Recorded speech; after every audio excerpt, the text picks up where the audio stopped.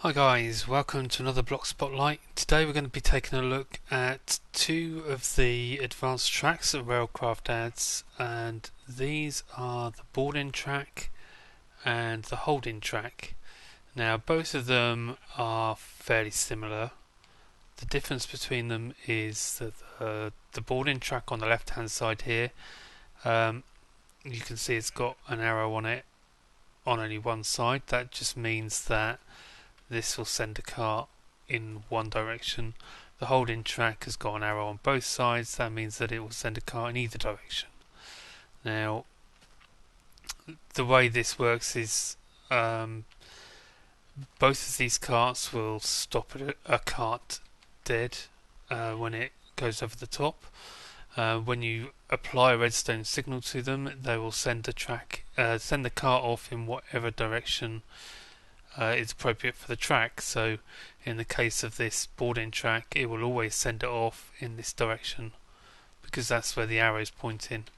And in the case of the holding track, what it will actually do is it will send the cart in whatever direction it was originally going in. So if the cart comes from this direction, the holding track will stop it. When you apply a redstone signal, it will carry on in this direction, and vice versa. And that's how the holding track works. Now the recipes for these guys, we have advanced rails on either side. Now the advanced rails, the recipe for that is gold ingots, redstone, and standard rails in a rolling machine. The standard rails, if you remember, is it's not that recipe. It's iron ingots, or bronze ingots, or I think steel ingots will work as well. Refined iron will work in the rolling machine. So you have them on the outside, then you have your wooden rail bed at the top, pressure plate and redstone. It's going to give you your holding track, and you will find that the recipe for the boarding track is extremely similar. Just you have the rail bed and the redstone swapped over. So they are so similar that I've decided to do the spotlights on them together. I have a little demonstration set up over here, so if we go over and have a look, I'm actually using boarding tracks on the end here just to get the cart moving. We have a holding track on this one, so if I send the cart, when it gets to the holding track, the track will hold it because it has no signal. If we apply a signal to it, it will carry on. And as you see, it will work in both directions. That is pretty much what the holding track does. Now, where you would use that on, say, an item loader or unloader, or actually in combination with some signals to hold a cart off on a secondary track while the main track becomes clear. Those kind of uses, there's lots of different things you can put them to use at.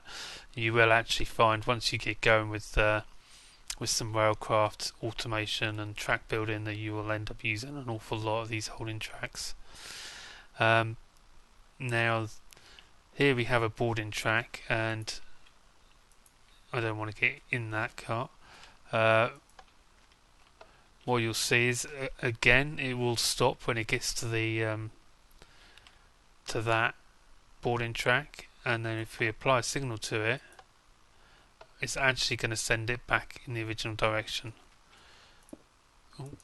So as you can see, it works fairly similarly to the holding track in as much as it will hold the cart there, but differently in as much as it is only one direction.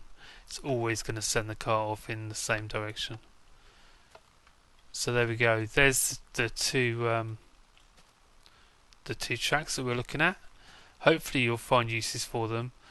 They are extremely useful, and I think they're pretty much the building blocks for the whole railcraft transport and automation network.